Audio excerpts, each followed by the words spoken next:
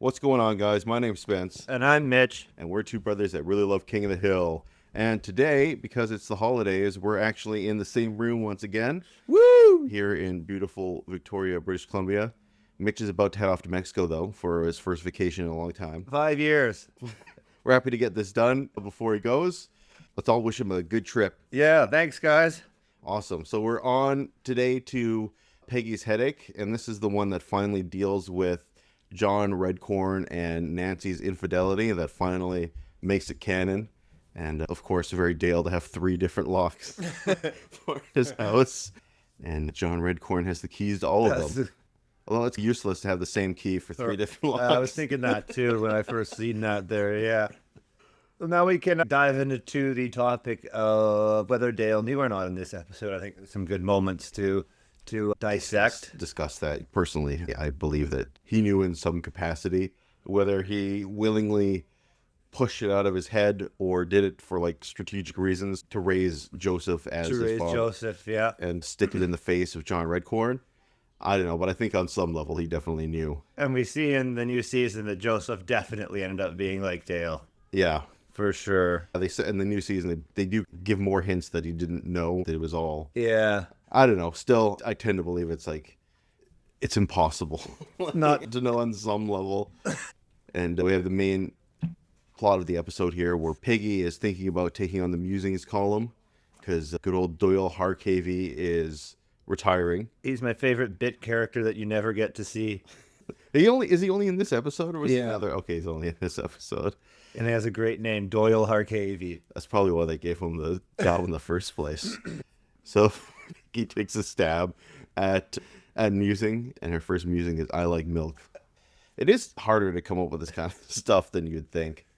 I think it's easier if you don't try.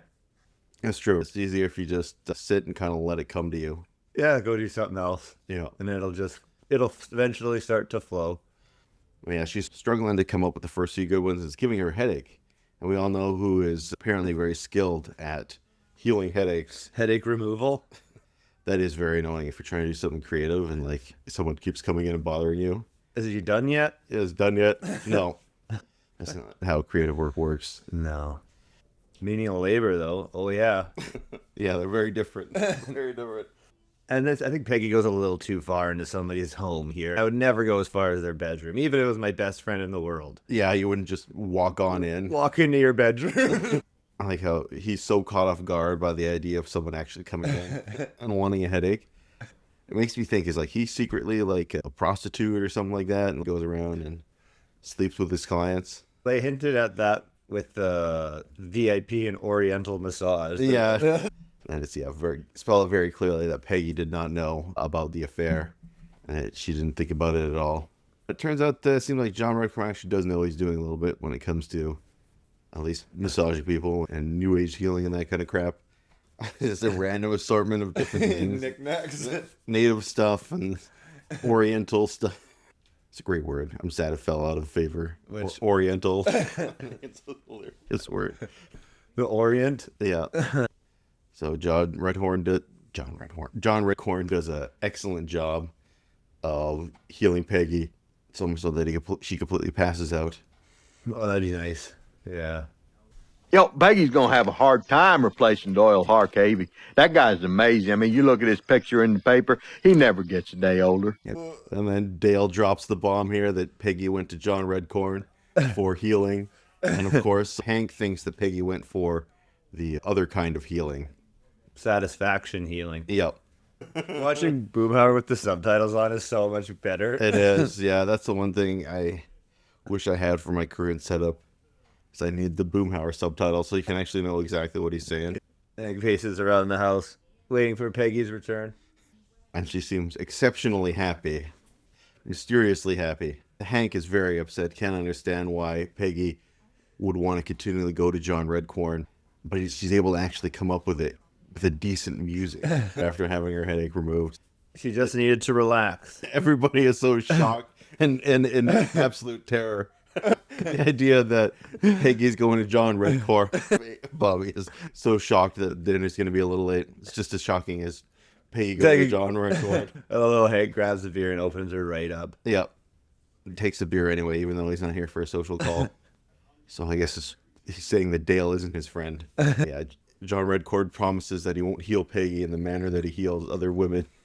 And Hank threatens to kick his ass if he do, but so maybe a little bit of an imbalance.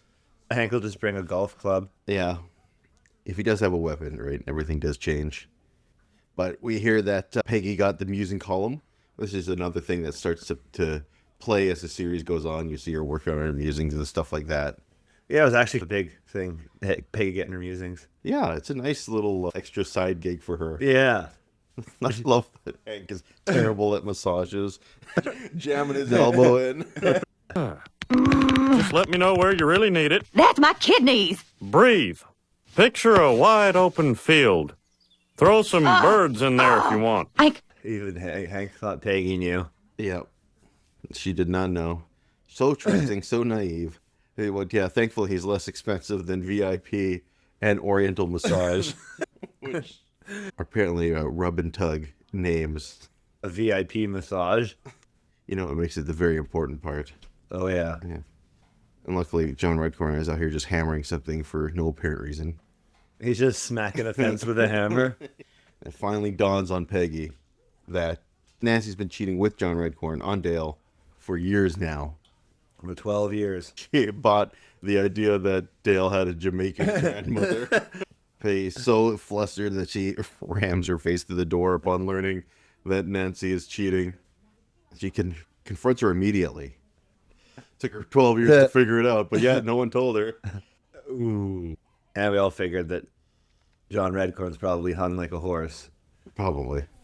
He's probably got, yeah. He's got lots going on. He's definitely a ladies' man.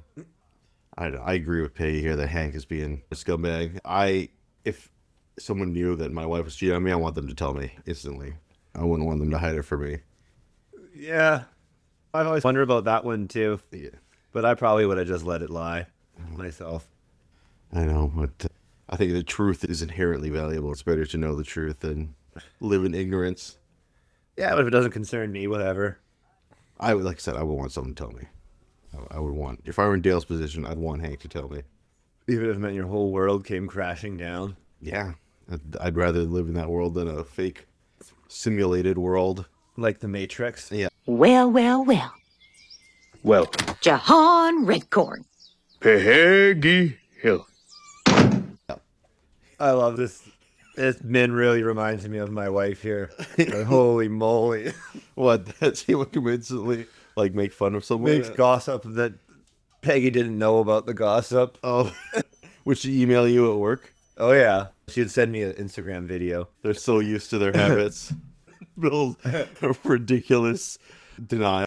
Dale'll never find us here, and we need to talk alone. Nancy's having an affair with John Redcorn? This is the first I've heard of it. I am shocked. I am shocked. Yeah, Boomhauer says you don't want to bring out skeletons in the closet, man. That was, my take, too. But yeah, none of the guys want to talk about it. They all will deflect. Tails here. Hank, Bill, or Boomhauer.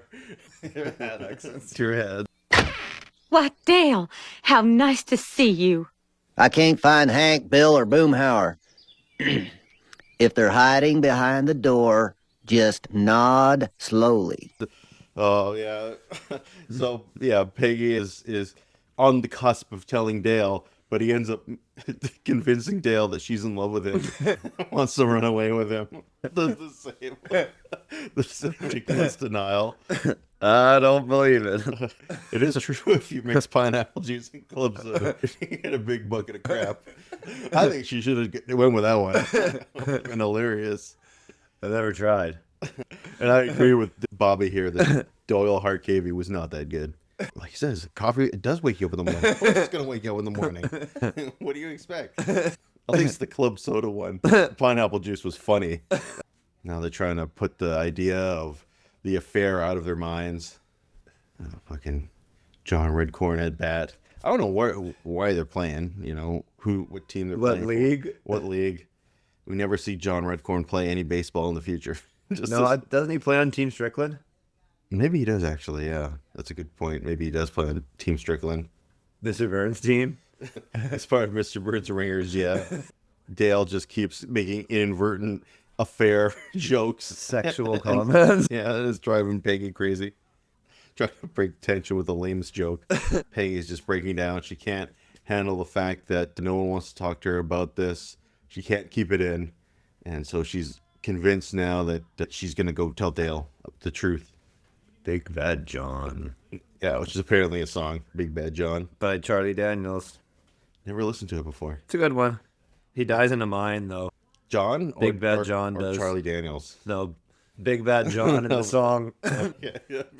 Charlie Daniels is not Dynamite. No. Give him a concert. Dynaminer. Cosmically came in. Oh, this is something I can see you doing. When you don't want someone to talk to, you're just going to Make more noise. make more noise. Yeah. Dale struggling to unplug it. Yeah, Dale tells Hank that Peggy secretly wants to run away with him. And Dale says, don't worry, I don't want to find her attractive.